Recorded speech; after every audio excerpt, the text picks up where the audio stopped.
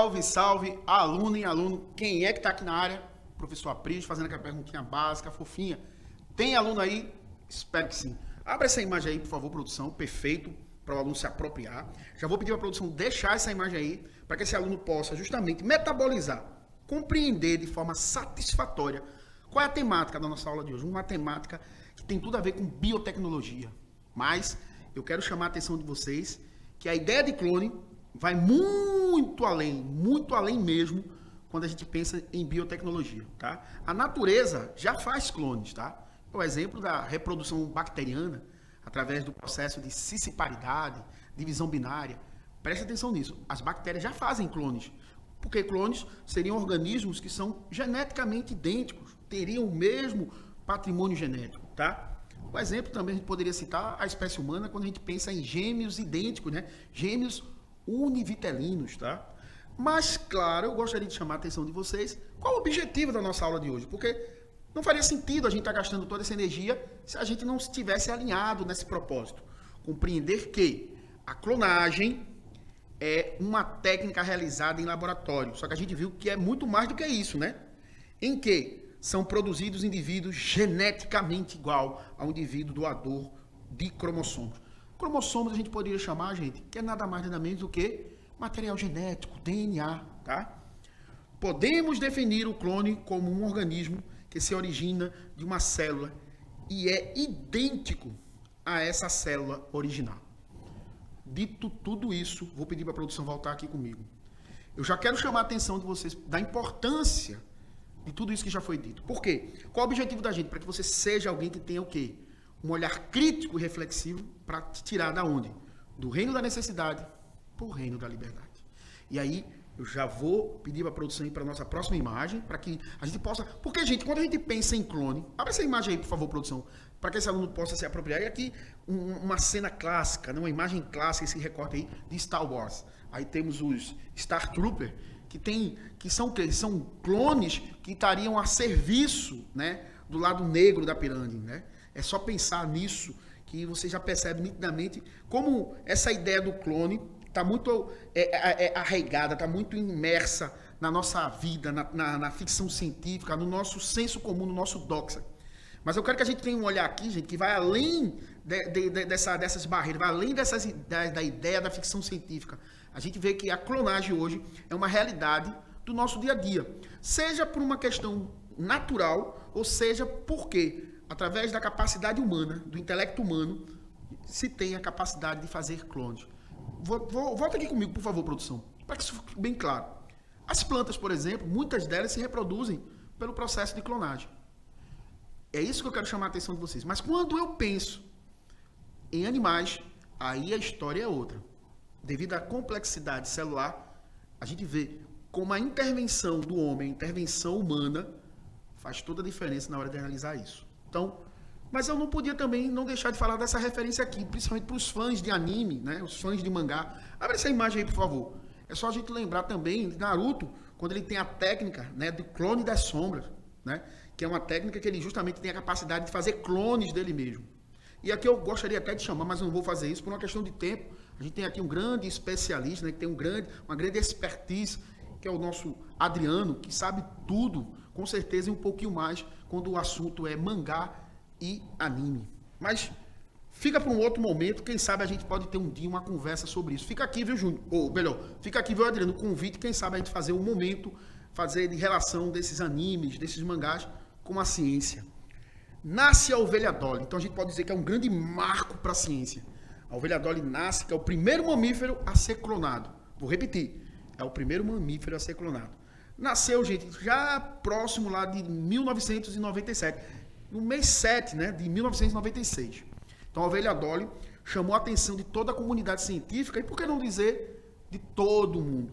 Todo mundo ficou impressionado. Porque, gente, a partir disso aqui, começaram a surgir especulações que daqui a pouco a gente vai aprofundar um pouquinho mais sobre isso. Quais foram as implicações quando a gente pensa em ética, quando a gente pensa em ciência, quando a gente olha para a ovelha Dolly?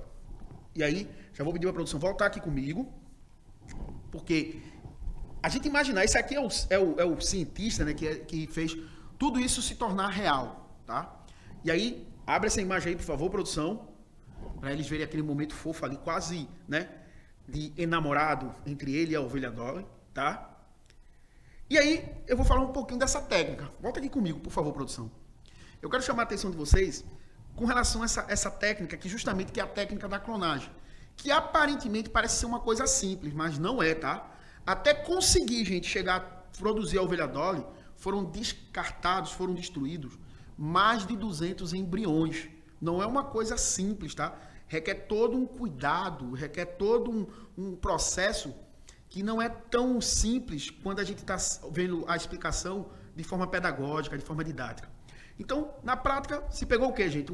A ovelha, que vai servir, vamos dizer assim, que vai doar o material genético, que vai doar o seu patrimônio genético, pegou a espécie de ovelha chamada Findorce e pegou uma outra ovelha, né? Ao pegar a ovelha Findorce, pegou células mamárias, as células mamárias, tirou esse material genético, tá? Tirou lá o núcleo, onde está lá todo o patrimônio genético. Esse núcleo era justamente para ser introduzido em uma outra célula, tá? Que no caso escolheram de uma ovelha, a ovelha Scott Blackface, tá? Então são duas espécies diferentes, tá? Tá lá a chamada Findorce e a Scott Blackface, tá? Segura essas informações. Daí o que é que eles pegaram? O material genético, ou seja, o que dá as características fenotípicas e que vão justamente garantir as características que são comuns para uma Findorce, é exatamente a que vai estar doando o seu material genético, é ela. Daí fez o quê? Se colocou nas células, justamente que pode ser aqui no caso, se removeu o ovo, tá? Da ovelha Scott Blackface. Ao remover o ovo, o que é que foi feito? Tirou-se, foi retirado, tá? Foi feita a retirada do núcleo haploide e se colocou a célula mamária, justamente, que é uma célula o quê? Diploide. Então se formou-se aqui uma espécie de zigoto.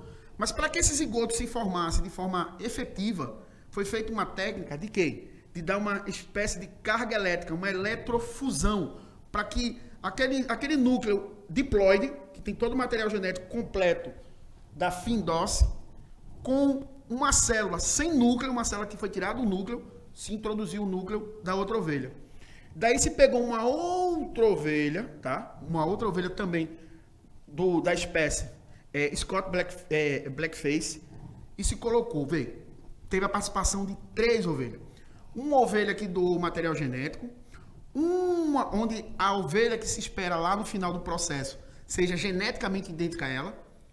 Pegou-se uma ovelha que doou o óvulo sem o núcleo, sem o material genético, e uma terceira ovelha para ser a barriga de aluguel. Daí o que é que se percebeu? Claramente, nasceu uma ovelha Findorce. E é interessante que essa ovelha aqui, ela é geneticamente idêntica à ovelha lá do comecinho que doou a outra ovelha, a Findorce, que no caso aqui em questão é a ovelha Dolly. Abra essa imagem aí, por favor, produção, para que esse aluno possa... Então, veja esse infográfico, veja esse recorte, como faz toda a diferença para você compreender. Então, só reforçando, gente, a participação de 3 ovelhas. Uma que doou o material genético, uma que doou o óvulo sem o material genético. Houve a fusão desse material genético da ovelha que doou esse material. Foi colocado esse embrião dentro de uma terceira ovelha, uma ovelha de barriga de aluguel, e nasceu uma ovelha geneticamente idêntica à ovelha que doeu. Desculpa, perdão, gente. Que doou o material genético. Que doeu. Se tiver doando alguma coisa aqui, só sou eu mesmo, gente. Então, volta aqui comigo, por favor, gente, para que a gente aqui não perca tempo. Já vou pedir para a produção, nesse momento, abrir essa imagem, porque eu acho que é importante o aluno se empoderar dessa informação. Dolly, telômeros, clonagem e morte. Parece uma coisa meio trágica, né? Mas volta aqui comigo, eu vou explicar o que isso aqui quer dizer, essa mensagem.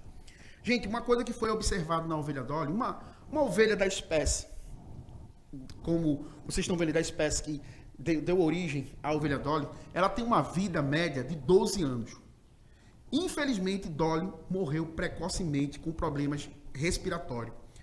E aí a ciência e os cientistas ficaram se perguntando, por que Dolly morreu tão precocemente? Ela morreu com 6 anos de vida. Ela morreu em 2003.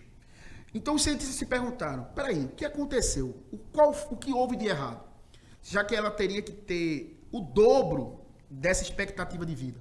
E um dos motivos que serviu como um grande balizador e observador é que Dolly foi concebida a partir de um material genético de uma ovelha adulta, de uma ovelha que já tinha uma história de vida, que biologicamente ela já tinha o seu relógio biológico, sua cronologia biológica, que fez com que a Dolly começasse a se apresentar precocemente essa velhice, que precocemente ela começou a apresentar características que só seria comum acontecer lá nos seus quase 12 anos de vida, ou seja, precocemente aconteceu isso, ou seja, 6 anos antes, porque, como repito, a expectativa de vida de uma ovelha dessa é 12 anos.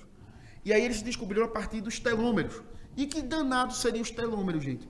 Lembra lá dos cromossomos? Os cromossomos, gente, tem na ponta dos cromossomos tem uma região chamada de região telomérica. Essa região telomérica, ela é mais ou menos a região que diz assim, quando vai sofrendo divisão celular, essas regiões vão encurtando. Isso é um sinal clássico de que você está envelhecendo. Então, quando você está envelhecendo, pense que você está tendo uma diminuição das áreas, das regiões onde tem DNA, que esse DNA é chamado de telomérico. Quando está acontecendo essa diminuição, está acontecendo um envelhecimento. Vários fatores contribuem para isso acontecer. Claro, a idade, estresse crônico e muitos outros. Mas o que é interessante é que tem uma enzima que ela faz uma espécie de manutenção desses telômeros, das regiões, dessas pontinhas, chamada de telomerase. Ela vai lá e faz a manutenção. Claro que ela faz até um certo limite.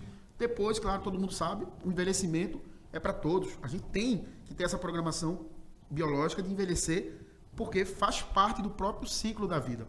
E aí, só para que vocês possam compreender melhor, ficar uma coisa mais tangível, mais palatável, veja aqui o que eu tinha falado para vocês. Vou abrir. Produção, abre essa imagem aí, por favor. Essa pontinha aí que vocês estão vendo aqui em roxinho são chamados telômeros, tá? Aí vocês estão vendo um cromossomo, tá?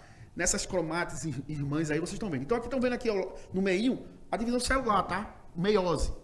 Nessa divisão celular vocês estão vendo aqui, ó. Volta aqui comigo, por favor. Vocês estão vendo aqui, ó. Vocês estão vendo o tamanho que está sendo apresentado dos telômeros. E aí a telomerase faz a manutenção, aquela coisa toda, principalmente. Aí vai ter muitas especulações, vai ter muitos estudos que vão mostrar os fatores que vão contribuir para essa telomerase ser mais efetiva ou menos efetiva.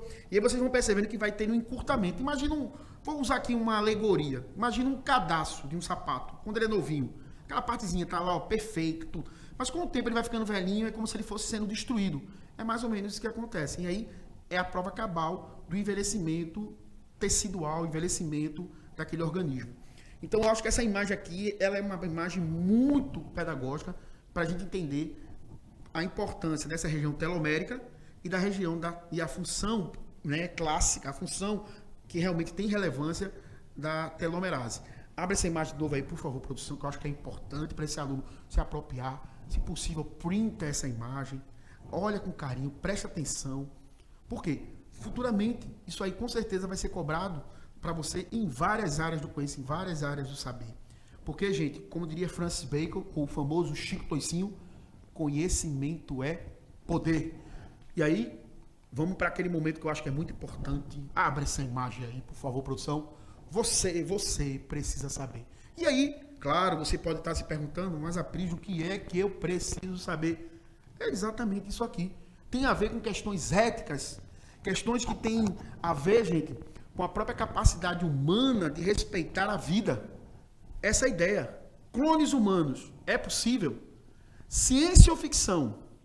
Científica, clonagem humana. E aí eu vou pedir para a produção, volta aqui comigo. Eu já gostaria de convidar você, monstrinho do meu coração. Eu acho que essa temática aqui é uma temática que é tão importante, tão relevante. Porque se o homem ele tem toda essa sapiência, tem toda essa técnica, tem toda essa capacidade inteligível de fazer clones de animais mamíferos, como a gente viu a Dolly, e já faz, se a gente considerar, the long time, por que não fazer clones humanos? Até porque já existem técnicas que é chamada de clonagem terapêutica, mas aí são coisas que eu chamo a atenção de vocês para que vocês pesquisem, para que vocês estudem, como uma espécie de tarefinha de casa. E claro, lembrar vocês que vocês têm um grande cuidador, um grande curador do conhecimento de vocês, que é quem, gente? O teu professor de sala de aula. Convida ele, chama ele para justamente ter esse momento de você fazer a diferença, de você ser esse grande protagonista do teu saber, para que você se torne uma pessoa interessante, uma pessoa capaz de mudar a tua história e a história de quem tu ama. Então, a partir de tudo isso, já vou pedir para a produção abrir a próxima imagem, que são as nossas referências bibliográficas. Abre essa imagem aí, por favor. Volta aqui comigo, por favor, produção, porque eu não podia deixar de agradecer ao meu amigo Júnior, ao meu amigo também Adriano, que foi o meu grande consultor, né, de anime, de mangá. Quando eu tenho qualquer dúvida, a gente vai lá e pergunta a ele, que ele sabe tudo. E claro, eu não podia deixar de registrar com letras garrafais meu muito obrigado à estimada Bárbara, que como sempre ela é uma grande mediadora desse momento aqui. Ela é aquela pessoa que permite que esse ambiente se torne democrático e que gere um ambiente de equidade. E vou pedir já para a produção fazer aquele momento, por favor, produção, como eu já agradeci para todo mundo, e claro, vou agradecer também a você, aluno e aluno, porque isso aqui só é possível graças a você. Abra essa imagem aí, por favor, produção. E de uma forma bem fofinha. Fui!